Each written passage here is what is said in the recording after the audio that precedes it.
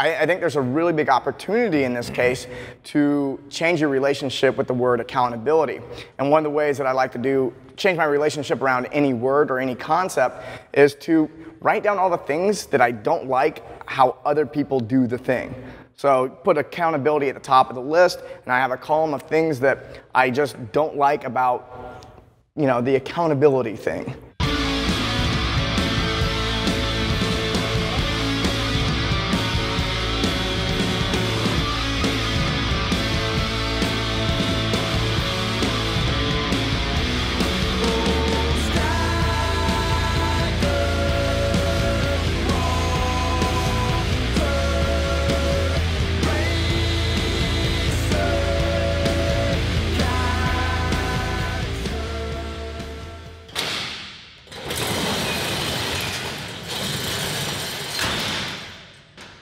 Welcome to Barbell Business.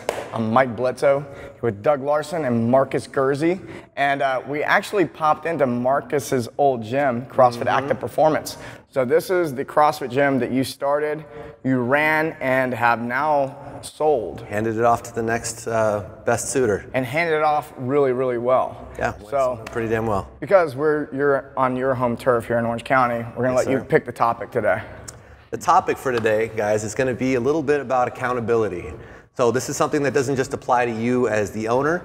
This is something that applies to your members. It applies to your team. It really applies to everything that we do in entrepreneurship and in running our gym. So something we want to dig into today.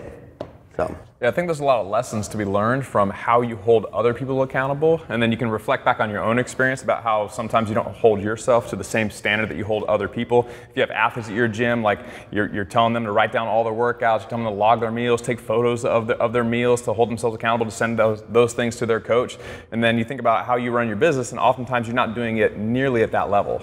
Yep. And I know a lot of gym owners that they'll, even for themselves, they'll write down their workouts, but they won't do that level of planning for their day of work. Yep, 100%. It's, in the business world where you become your own boss, in essence, you are basically taking the responsibility to hold yourself accountable. Just because you are a business owner and you are now the one determining what toilet paper you use and what the programming looks like and what the name is on the building, it does not mean that you don't need to hold yourself accountable, or at least have someone to help you stay accountable to what you need to be doing to break through in your business. Yeah, I think it's a common misconception of I'm going to own my own business, so now I get to do whatever the fuck I want. Yeah. And that's where I came from when I first opened up my gym.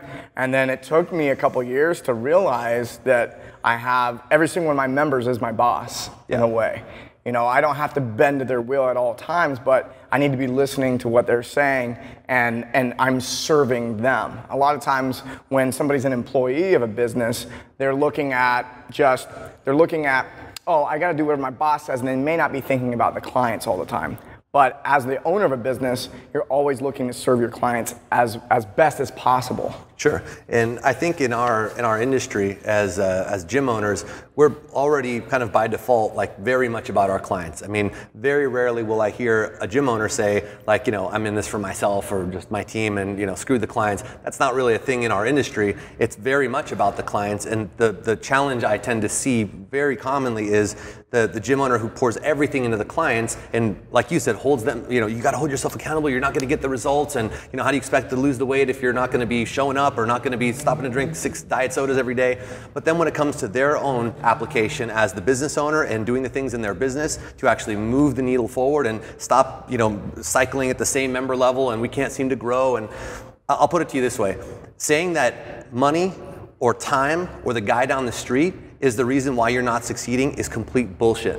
You have to take ownership over what's going on in your business and then be willing to do something about it. And just like in training for the person who's 50 pounds overweight, who's like, yeah, but burpees suck. And you're like, yeah, I know, but you got to do them. It's the same thing in your business. You have to be able to lean into the things that probably aren't awesome to do, maybe not at first, so that you can get over the hump and you can actually take ownership over this damn thing and make it what you know it can and should be. Yeah. One of the best things I did for myself and my development as a coach is to hire somebody who was a business coach for me, because I actually learned a whole new level of accountability.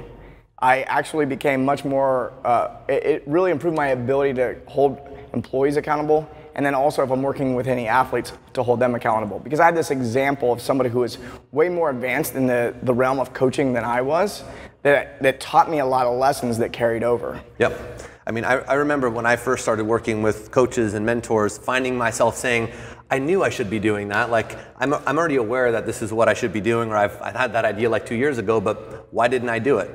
My coach would say like, yeah, but you didn't do it, so now we're going to start. And it was a lot of this, like, you know intuitively what you probably should be doing most of the time. Now, sometimes a good coach is going to show you a different angle, a different perspective, so that you can maybe do this more efficiently, or how to maybe look at something from a different perspective to break through this challenge you're having with someone or whatever. But at the end of the day, intuitively, you probably know what you should be doing, and it's just a matter of actually figuring out how to hold yourself accountable, just like you as a coach and your coaches hold your members accountable, and you need to be holding your team accountable. You need to be holding yourself accountable. Marcus, when you were running this gym, what were some things you guys put in place to hold the athletes accountable?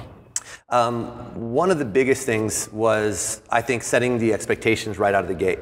So, like, for example, during the intro session, when you're having that initial conversation, you're really getting to know the person, and you're kind of going through the prescription phase of the selling process, where it's like, hey, this is what we're going to do. It's going to take about this long, and so on. You're selling the membership.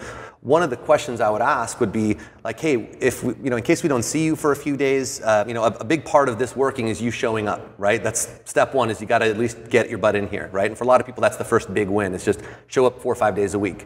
So it's hey, in case I don't see you for a few days, would it be helpful if one of us reached out to you and basically try to get your butt back in here? Oh yeah, that would be such a huge help. Because in the beginning of the thing, when you ask them like, hey, what have you done in the past, or what are you currently doing, and what do you think wasn't working about that? One of the most common things you've probably heard is accountability, right? It's like, I'll do it for a while, I'll be doing super well, and then like my knee will start acting up, or I'll get really busy, or whatever it is, and that's their excuse, and then they stop going, right? So usually I've told you that already, and you're like, hey, I know accountability was an issue for you. Would it be helpful if I checked in with you? Just opening that door right out of the gate and saying like, hey, we're going to be holding you guys accountable, just like we want you to hold us accountable for putting on a great class and a great program. Communicate with us if something's bugging you, or you think like, hey, this isn't feeling right. Like, we want your feedback, just like we're here to give you feedback to actually help you get to your goal. Yeah, it doesn't have to be like a hard ball, like, hey, you weren't here on Saturday and you said you were going to be here, or you have to like get on someone's case about it. It can be very friendly, and it should be very friendly. Like on Monday 100%. or whenever you call that person, it should be like, oh man, like I thought you were going to be here on Saturday. We missed you. We did this cool workout. It was really, really fun. Like I was bummed that you weren't there. Yep. And that person, at least in that case, recognizes that you knew that they didn't show up and they were noticed and they were missed. Yep. And they're going to want to show up in the future if that's a perspective that you're coming in with, not like they're in trouble because they didn't do what they said they were going to do. And now they're like scared to come in. It has the opposite effect. 100%. We used to tell our coaches, talk to them, or like hold them accountable like you would hold your friend's mom accountable. How would you say this to your best friend's mom? You'd be really respectful, you'd be really nice, you'd be like still with kind of kid gloves, but being like, hey, we really missed you on Saturday, but don't worry, we'll make up for it this week. What are you doing this afternoon? Can you make it in? Yeah. How would you talk to your friend's mom? Treat them with that kind of respect. Yeah, and another thing that we've done in the past is set up quarterly meetings with the client. So a coach, they have so many clients that they're supposed to meet with in that quarter, and it's set, and it's an expectation. It's an expectation that's set from the very beginning. Yep. You get to have that check-in and just sit there, and a lot of the accountability is just asking the client, what's going on for you? Are you happy with the results you're getting? Why do you think you are or not getting it? A lot of it's just asking questions and letting the client reveal it to themselves what's really going on, because for the most part, the client's not sitting there pondering, they're usually so focused on the problem that they can't see the actual problem that's going on. Right. And we know that. We see it every day. That's right. You have, you hear all these different like versions of excuses, and if you've been in this game long enough, you hear it's like kind of the same excuses over. It's time, it's money, it's I'm busy, it's whatever, right? And you start to be able to see through that and figure out how to kind of crack that open and get beyond that. Right? So it's important to understand this is a relationship-based business. Like, this is not transactional. People aren't making this decision to stay with you or to refer their friends and family out of logic. They're doing this out of emotion. So you have to really honor that and treat them with the kind of respect. And if you're doing something like quarterly, like check-ins, or whether that's every 6 months, like a one-on-one is a killer way to do it. Angelo mentioned that in one of our previous episodes. He does that, I think, every quarter. He goes through like a percentage of his clients where he goes out to coffee with them, he sits down with them, he asks them all the same like 3 or 5 questions, and it's really just about hanging out and kind of shooting the shit, but it lets them know that you really care. Hey, how things going for you? Like, how's the training going? I know your goal last time we talked was this. It seems like you're really making progress over here. here? What do we want to do next? Or how do we want to get caught up? And just letting them know you care. Yeah, I think having that conversation a lot of time reveals things to the client that they didn't even know was an issue. It's like, oh, what's going on in your life? You ask them these 5 questions, and then this has happened with me in coaching relationships. I'm being asked questions, and as I'm answering them, I'm going, that's why I've been having a problem with this. It's just the fact that I'm externalizing it verbally allows me to process it and connect some dots, and that can be helpful in itself. But if there's not a set time to sit down with somebody, and that person's not isn't just going, asking this question, we're having this time together, I could very easily just be passing through the room as an athlete and not say anything, and the coach could not ask that right question. But yeah, having that one-on-one conversation, I think a lot of times in a lot of boxes gets missed, and it's something that's not really happening. And I think if it was happening, the retention of your membership and your clients would be getting amazing results. Yeah, seriously. I mean, and the excuse I hear, like when we kind of suggest this to someone who's having a retention issue, or they've kind of got the sleeping dragon effect where they're like I've got like 90 members, but like only 60 of them show up, so I'm trying not to like poke the bear because I could lose like 30 members if I like actually reach out, which is a pretty shitty excuse. You're in a bad spot if that's the space. It's tough. It's tough to be aligned with yourself and what you should be doing and having integrity when you're hurting for cash. I get it. It's like we've all been there. Yeah, we've all been there, and it's are you still behaving in integrity when shit's tight? Yep. Well, on that note though, so in that situation, if you know that half your members aren't showing up and you're gonna call them up and say, hey, I haven't been here lately, like what's the deal? Like, we'd love to have you come in, and they're like, oh yeah, I've been meaning to call you, I need to cancel my membership. Right. And then like that happens 5 times in a row, like, yeah, you're in a bad spot because you weren't doing it on the front end. So if you start to hold people accountable, and this is your situation, you might lose a few people because you're gonna call them up, and that exact same situation that I just mentioned is going to happen at least some percentage of the time. It's happened to me. Yep. I've definitely been there. Like off the phone, I was like, that did not happen the way I thought it was gonna happen. And this girl just quit. That's right. It's going to happen. But systematically, throughout the rest of your career as an owner, if you are constantly and consistently holding people accountable to showing up 2, 3, 4, 5 days a week or whatever they've committed to, then those people aren't going to commit. They're not going to cancel their membership because there's not going to be 5 months where they didn't show up and then they get the phone call. Yep. So it might be some period of time where it has the rip the Band-Aid off effect, where you're just going to have to lose the members that just haven't been there. But for the next 2, 3, 4, 5, 10 years, you're going to have a more consistent membership, getting better results because they're going to be showing up more consistently. Yeah, totally. I think the word consistency, I mean, it describes what accountability should be. I think a lot of times, this happens to me. I get struck with I need to hold this person accountable after it's too late. And as somebody who is leading, the consistent accountability is what's important. The inconsistent accountability is not really accountability. Absolutely. Yeah, I think some people have apprehension to holding people accountable. So it's similar in some sense to how the people that aren't familiar with sales are like resistant to selling things because they feel like sales is pushing something on somebody. Just like if they don't know what holding someone accountable is, it means like, kind of like I said earlier, like, holding someone like to the fire about you said you were going to do this and you didn't do this, and now like I'm the authority figure and I have to like put you down and like make you feel bad that you didn't do the thing that we agreed to, and they don't want to like make someone feel uncomfortable, so they just don't have the conversation at all. So I think having some type of a reframe with your coaches around what their role really is, because a lot of coaches when they're new, they think they're the fitness coach, which of course is at some level a partial truth. They are a fitness coach, but at some other level they're also a therapist. We call them a CrossFit therapist. People are coming in not because they only want to be more fit, they want to have a better life. And so having that mental reframe with, I'm not just a fitness coach, I'm also like a life coach or a therapist in some capacity, and helping this person improve their life is a good reframe. So if you can take that concept and apply it to being an accountability or a consistency coach, however you want to label it, I think if you can reframe that with your coaches, you are an accountability coach. People are coming to you not because they don't know what to do, but because they can't seem to get themselves to do it. Because nobody doesn't know they shouldn't train or that they shouldn't eat well. And if you really press them, they know enough about working out to, if they did it consistently, to get a good result. And they know enough about what foods to eat that if you really press them, they would be able to tell you if an apple is better than a Hot Pocket. Hot Pockets are awesome. But they know these things. People don't apply as much as they know, right? Because applying it is much more difficult than simply knowing it. And that's what an accountability coach does. It lets people do what they already know is right. Yep. Yeah. And then you brought something up that really made me think about this is people's relationship with accountability might not be viewed as something positive. And so just like sales, a lot of times people have this negative feeling around sales. The relationship with the word sales is not really great because they've had so many negative experiences in regard to sales.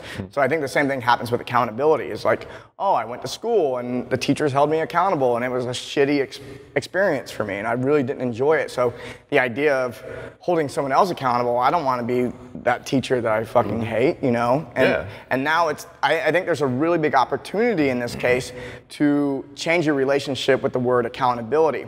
And one of the ways that I like to change my relationship around any word or any concept is to write down all the things that I don't like how other people do the thing.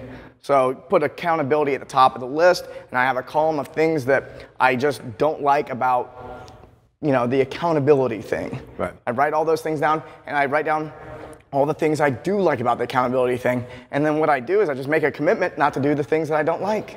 Yep. Like the things that I think aren't that great about that word, I just say, I make a commitment not to do it. And then I make a commitment to do all the things that are positive about this word. And now that's your opportunity. That's a really great way to just change that relationship with the word, change your relationship with how you interact with people. I think that's really important. Sorry, Doug. Go ahead. I think that's a really important point because when it's the relationship with that word, so when we say like, hey, you should contact your members and take them out for coffee or sit down with them or whatever that interaction looks like, and they're like, well, they're paying me good money for training, not to like bust their balls. And it's just like, no, they hired you to help them get a result. Right. And now it's up to you to choose, is this a negative thing, a negative part of this experience, or is this going to be a positive thing? You can make it the most positive part around like, hey, I know these workouts can be really hard, and like I've been in your shoes, and the programming last week was tough, and maybe you're feeling extra sore, and maybe feeling down about yourself because I know you were really eager to hit that PR and you didn't. But like, hey, don't sweat it. Get back in here. I'm gonna work with you, and we'll help get you on track. Like making them feel like it's a positive thing rather than being like, you didn't show up. You're not going to get the result if you don't show up. Don't be telling me if you want a refund if you. There's two really different ways you can be approaching that, right? And you'd be surprised how many people, their own inner story and their relationship with it, and they're assuming like how this is going to go or be received, is they're projecting that out, and therefore they're just like, well, that sucks, so I'm not going to do that at all, rather than really thinking about it and saying like, well, there's the shitty way and there's the awesome way. I'm just going to choose not to do the shitty way. I'm going to commit to the really awesome way and now make this a positive thing, in that we hold our athletes accountable in the sense that if you don't show up, I want to make sure that we help you get back on track. So I may check in with you, might shoot you a text message, I may follow up with you on Facebook or whatever it is, but it's because I care and because I want to get you back in here because you've been doing so well so far, or however you want to frame that. Yeah, absolutely. Yeah, I feel like we really covered the topic of how to hold your athletes and clients accountable. In the second half, I want to get into how to hold your coaches accountable. Sure. Before I started with my Barbell business coach, I was all over the place. I didn't really have a plan for the gym. I didn't know what I was going to be doing 30 days, 3 months, 6 months, a year out. I was just so busy with the ins and outs and the coaching and the programming and the marketing and planning events and doing all of this stuff that I didn't really know where we were going as a gym. And as a result, the gym kind of just went in circles. I had, between 85 and 105 members just bouncing back and forth and back and forth. People were coming in, but people were going out, kind of missing something. Since starting with the coaching program, when we first started, it really made me dive into what I wanted out of the gym, not just today or tomorrow, but for the future. They had us answer a lot of tough questions that really made you think about what you wanted and where you were going. But once we got the answers to these tough questions, it was very easy to make this plan for this month, this quarter, this year, to help us get where we wanted to go, to implement the programs, to hire the right people, to plan the right events. And really, I would say it's totally changed the landscape of my business over the last year and a few months.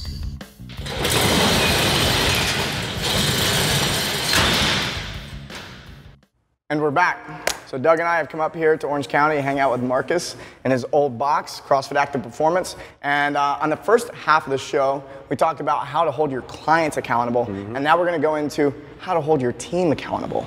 not just to hold your team accountable, but even yourself as an owner accountable, right? Because it starts at the top. You can't really expect your team to be accountable for what you're expecting them to do if you're not holding yourself accountable in front of them. House of cards. Bam, that's right. I actually think holding your team accountable and holding your clients accountable, those are not that different. You're just working with another person about what they want for themselves, and you're helping them get there. You're asking them what they want, why they want it, how they think they can get there, and then when they don't follow through, you just approach them and say, hey, you said you wanted this for these reasons, and I noticed it didn't happen.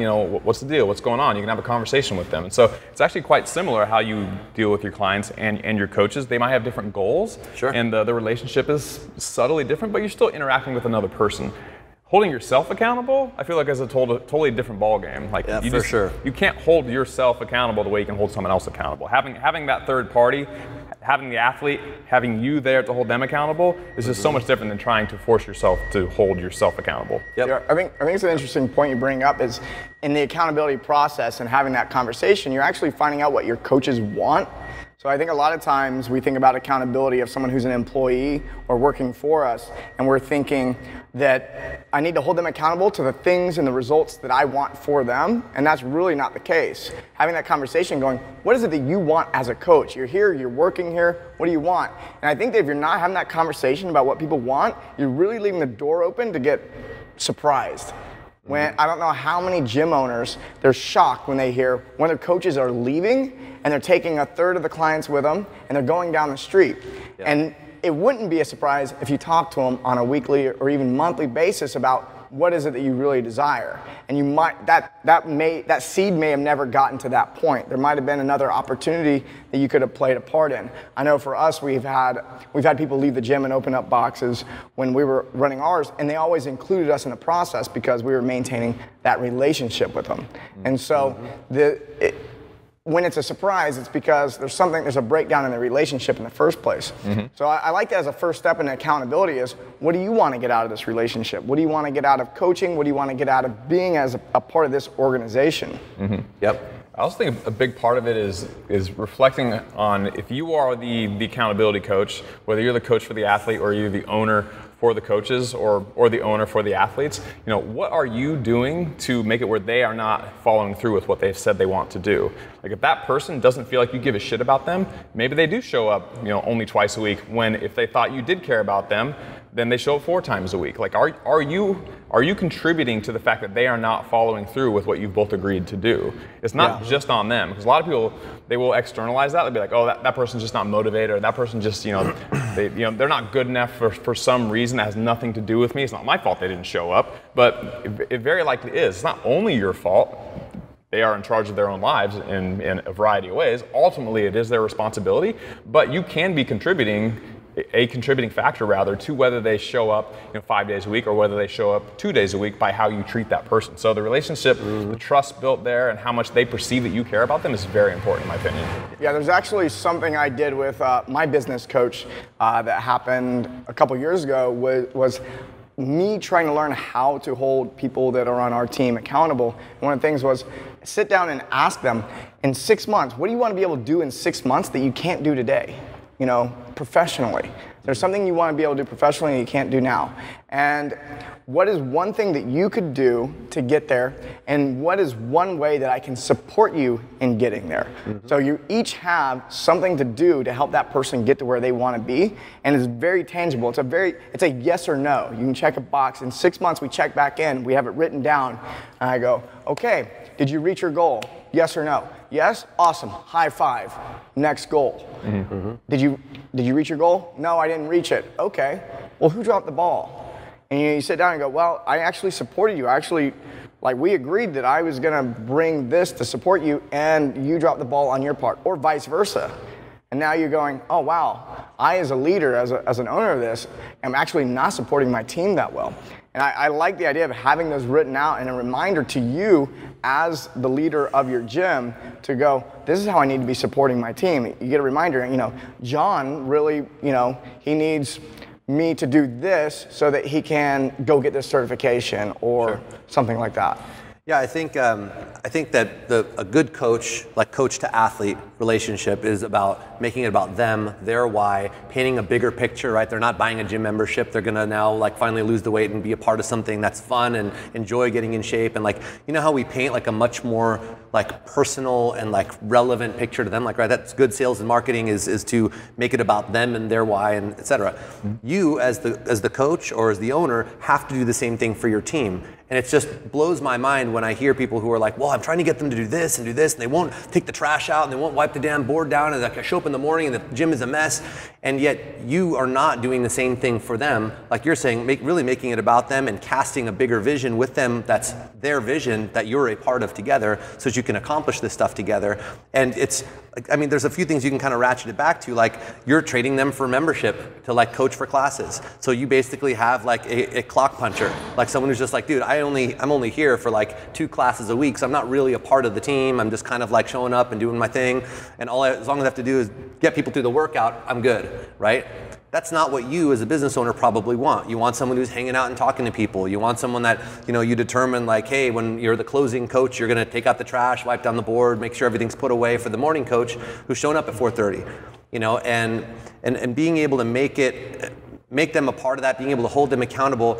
If you're not paying them, or you're paying them poorly, or you're not making them feel like they're a part of something greater, probably not going to get a lot of buy-in, which is, from an accountability standpoint, kind of up shit creek. Yeah, and that, you brought up a really good point, because it's not all about just what the coach wants. When you are setting those goals, you let them set a thing, what they want to be able to get done in 6 months they can't do today. But I'm also telling them another thing that I want them to be able to do in 6 months that they're not doing today. Mm-hmm. And then they have to tell me what it is they're going to be committed to make that happen. Or maybe they're not committed to it at all, and that's another conversation to be had. Mm-hmm. Yeah, I think it's important that all of your clients or all of your team members, et cetera, they all view you as a leader and they view you as a role model, because you walk the walk, so to speak.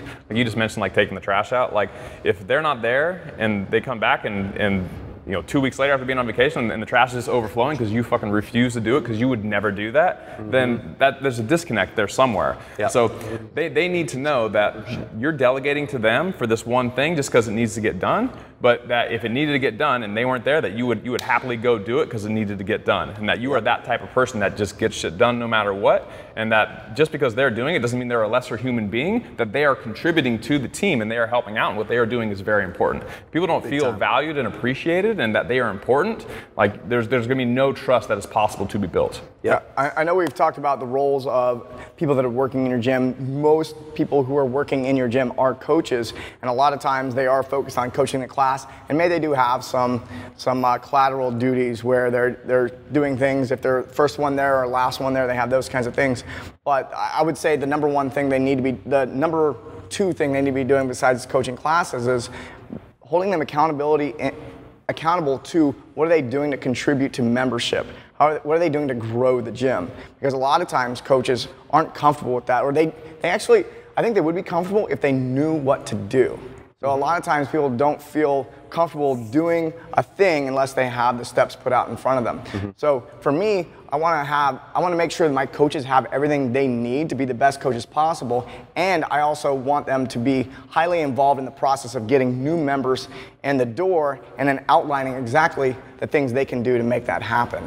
I think I have a perspective on that I'm going to share. So when it comes to like the accountability piece, right? So I'll get back to what you're saying because I'll tie it all together. But basically, if you don't have a measurable way to like hold them accountable to even just like coaching class, right? So coaching class is not just show up at 4:30, tell people what to do and keep them from getting hurt and do what's on the board until 5:30. It is to provide a very specific experience. So it means you have to outline exactly what running a good class your way looks like. So that means this is how we welcome people in the beginning of class. This is how we explain the workout of the day. This is how we explain scaling options. This is how we explain what we want to see, good things, bad things, etc. This is the kind of vibe we're going to do when we're doing a warm-up. You're going to use everyone's name in the class at least once. This is how you cue. So if you cue, you're going to do this, this, this. Then at the end of class, this is how you do a cool down. This is how you thank everybody and send them on their way.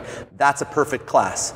So to get back to what you're saying, sometimes, and this depends on the gym and the vibe and all that sort of thing, like some coaches are just completely anti-selling. And that's okay if you have your sales system dialed in. So sometimes you can, depending on the personality types is how I like to do it, is like I want someone who is built for selling to be the one selling, right? And then the ones who are not, don't put a square peg in a round hole because you can have shitty salesmen. So instead, I'll put the right person in front and structure their commission, et cetera, accordingly so that they're incentivized and have a whole accountability structure for that. But the way that the coaches are contributing, they are absolutely contributing to sales by crushing classes and making people feel taken care of. They have a personal relationship. So when they do that right, people are buzzing about the gym because they're like, I am at the best gym on the fucking planet. That is selling. You are selling every single time you see a member, you are selling 100%. So you have to have them understanding how they're contributing to this. Like, they may not be the ones saying, hey, do you want to sign up for the membership? But they're making people walk out of here going, damn, this place is awesome. Yeah, in the most ideal situation, someone doesn't have to be sold. They just have to have the opportunity to buy it. Yep, right? If you to have understand it, right? Yeah, if they have a very good experience or they're purchasing a very good product, then they just need to know where the cash register is so they can go buy it. Right. Right? They don't need to be sold. Like, if you are already having a great time and that you're excited to be there and like you're sweating on the floor and you're like your muscles are sore, then and you like the people, you just need to know where to fill out the form. It shouldn't require a lot of selling. Of course, you still need a solid sales system and good salespeople and all that, but the client experience and how much fun people are having really is the fundamental most important thing in the gym. If you don't have that, then why build the rest of it? Yep. Because it's not going to work. Yep. Yeah. And from an organizational perspective, we talk about we have coaches, we have people working in the gym, and as you were saying, Marcus, not everyone's built for sales and not everyone's built for this and that, and you could have coaches that they have secondary duties that are different things. And so one of the things that we do in our organization is we really don't focus on what's your title. You know, we talk about roles and accountabilities, and I am working within the company, and I might energize 5 roles, and each one of those roles have 2 or 3 accountabilities. Those are the things that we can say, did you do it? Yes or no. It's very easy to see. And if I'm not performing a role very well, we can just remove it or add one. It doesn't mean I'm a bad coach if I can't sell. It just might mean that, okay, I have the role of coaching classes, and I have the role of sales. Well, we might just remove that one, move it to somebody else. And so not being too attached to the identity of what those roles are can be really important, and making sure that everything runs very smoothly. And before I forget too, so I was talking about like the class structure, for example, right? We covered this in a show sometime last year. I don't recall the exact number, but I'll put it in the download as a free download. So we have a template on how to like shadow your coaches, right? So easy way to shadow your coaches, right? So you create that template of like, what's the perfect class? You say, hey, once a month, I'm going to shadow 2 of your classes or whatever, and I'm going to basically sit there and just take notes. And after your class, we're going to spend 10 minutes talking about it. And then at your quarterly review, when you sit down with your coach, just like you do with your clients, you're going to sit there and be like, what's going on with your life? Like, how you doing? Let's talk about your shadow scores and that sort of thing. Now you've created a basic accountability like structure to measure just even coaching the classes, let alone other duties and whatnot. Yeah, having documentation is really important. A lot of times that someone might not do what you told them to do because you told them what to do 2 months ago, and then what they think you told them in their head is completely changed, and what you think you told them in your head is completely changed. And so even though they are trying really hard and they have best intentions to do the best job they possibly could, if it's not written down, then inevitably they're not going to do exactly what you meant on that particular day that you told them that. So having SOPs and having something actually written down really is key for someone following through in the exact manner that you specified. Yep. The workflows within a service business are the key to creating a repeatable recipe, right? Whether that's how you answer the phone, it's how you do day 1 of your onboarding program, it's how we do our class, it's how we talk about referrals. Like, you have to create the standard operating procedures and the workflows for all these things, and they don't have to be rocket science. People are always like, oh my God, that's like the biggest undertaking ever. Probably not. You could probably do the entire thing in a day if you just sat down and said, okay, well, what are all the things that can happen? A walk-in, a class, we sell product, cleaning the bathroom, cleaning the gym, and like make your list and then put basic bullet points and let it evolve over time. Put it in a Google Doc and you're up and running. Yeah, all that said, a lot of people will have SOPs for the lower level tasks for, running a class. It's a very basic thing. It's like the fundamental part of running a gym. You have a SOP for how to run a class, like you just mentioned. You have a SOP for cleaning and for organizing the closet and all this stuff that like doesn't need to be SOP'd out as much as maybe the most important things like what the owner does on a daily basis for running the meetings and for figuring out how to do their taxes and like all these like higher level things that if you don't do them are going to cause some serious problems, which of course you need to run classes and all that correctly, but a lot of times owners won't SOP out what they do. And so regarding holding yourself accountable, a lot of times it's easy to trick yourself to be like, no, I did all the things. I do a lot. I think I do enough around here. I did all the things that I said I was going to do last week. Sun up to sundown. Yeah, like and you know that you work all the time. And so it's easy to say, well, I didn't do that thing like I said I was going to do, but I did this other thing that was really important. So, no big deal. I'll just let it go. Right. No one's going to hold me accountable. I can't get in trouble. So, it's no big deal. Fire myself? Yeah, I'm not going to fire myself. Yeah, one of the things, go ahead. I was going to say, the most important part about holding someone accountable is that they have an objective third party, like a coach or like the owner for the team, to say, hey, you said you're going to do this thing and you didn't do it. Mm-hmm. You're holding them accountable. You need someone to hold you accountable. It could be your wife, it could be a life coach, it could be your business partner, but you need someone else besides just you to hold you accountable. Yep, no doubt. And I think that's a good segue into like the ownership role and like how to do that. So I think there's kind of two parts to that. So number one, creating a documented like process that you follow, and like a really good starting point is like time blocking, right? So think about like, okay, I know that these are like the 5 key categories. Like I've got to do like accounting shit, I got to do content, I've got to do, this and programming and this and that, right? So these are like the main big buckets I've got. So I'm gonna say like every day I'm gonna start the first like 3 hours of my day, phone is off, no emails, no anything else, and I'm just gonna like dig in on those things. I'm just gonna make a list of like what are all the things that need to happen. And you can start just even loosely creating some structure for you to follow, and that you say, this is my first priority, right? And I'm gonna start sticking to this. So that's kind of one part of it, but the other part is you as kind of an employee within your thing. So for example, like the example of closing, being a closing coach, right? And taking out the trash. That is super, super important. If you tell everyone and bust everyone's balls about not taking out the trash and wiping down the whiteboard, and then when you do the closing shift, you don't do it, like you are now a royal piece of shit in their eyes. Seriously, like think about like who you just made yourself to them. Like they're looking at you like, oh, he's too good to take out the trash. Like he'll yell at us all day, but look at this place. Like I came in at 5:30 in the morning and this place is a disaster. Who was closing? Marcus. What a dick. Like that you're not holding yourself accountable even to them, let alone you to yourself as like taxes and like the back end accounting and like following through on all these things that are important to me. And it's the standard. It's right. You have to uphold your own standard. You can't fall behind the standard. If you fall below the standard, that's the new standard for everybody. That's exactly right. Yeah. So a good question to ask yourself is, who is holding you accountable? Is it you? Because it's probably not. Like you need to have you need to ask yourself, like, if I'm not growing, if I'm wondering why membership is going backwards, or like, why can't I get past 100 members, or like, why can't I ever make any money doing this, or whatever. It's like I said in the beginning, it's not time, it's not money, and it's certainly not the guy down the street, or like CrossFit brand is this or that. Like, all that is bullshit excuses. It is up to you to decide, like, is this important enough for me to do the stuff that's not necessarily fun, or like what I would like to do with my day necessarily at first, to make progress in my business. And if you're not good at holding yourself accountable, get someone to hold you accountable. If this has been a problem for 6 months or for 2 years or 10 years, like, don't be afraid to go ask for help. Like you said, it could be your wife. If you have a business partner, that's what I used to do, is I used to have my business partner and I would hold each other accountable. It'd be like, this is what we're agreeing that you're gonna do, and this is what we're agreeing that I'm gonna do, and if you don't, I get to do this, right? And vice versa. And we would bust each other's ass. And sometimes it was really fun, and sometimes it was super unfun, but it was what needed to happen in order for us to make progress. Yeah, I used to hold a $500 check in my wallet from Doug. If he fucked up, I got to go deposit it in my account. That's a good idea. Yeah. Can you write me a check too? You deposit all the time. This is a rubber check? It bounced every time. It was great. Yeah, so if you were one of those people who's like asking yourself constantly, like, what's not working about this? Like, why am I not making progress? Why do I, fill in the blank with whatever your challenge or your glass ceiling issue is, go get help. Get help and have someone hold you accountable and allow yourself to make progress in this, because you holding yourself accountable is not working. I had problems with that for myself for the first many years of entrepreneurship, where I thought I could hold myself accountable, but I would just do the shit that I liked and avoid the things that I didn't, and guess what? I wouldn't get past the same point every damn time. Happens in the gym too, like if I'm writing my own program, or I'm just going off of what I feel like doing, all of a sudden I start getting weak in these different areas. Like, how many times am I gonna hop on the rower?